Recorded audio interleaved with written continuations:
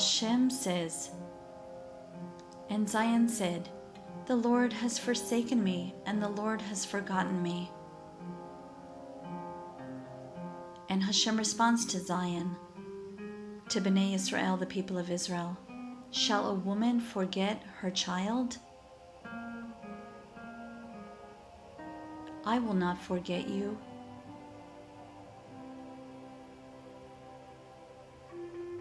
Behold, on my hands have I engraved you. Your walls are before me always.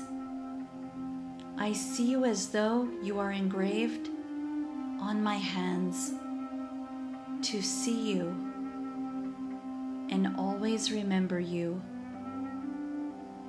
Look at Abraham your father and at Sarah who bore you, for when he was but one I called him, and I blessed him. For the Lord shall console Zion, he shall console all its ruins, and he shall make its desert like a paradise, and its wasteland like the garden of the Lord.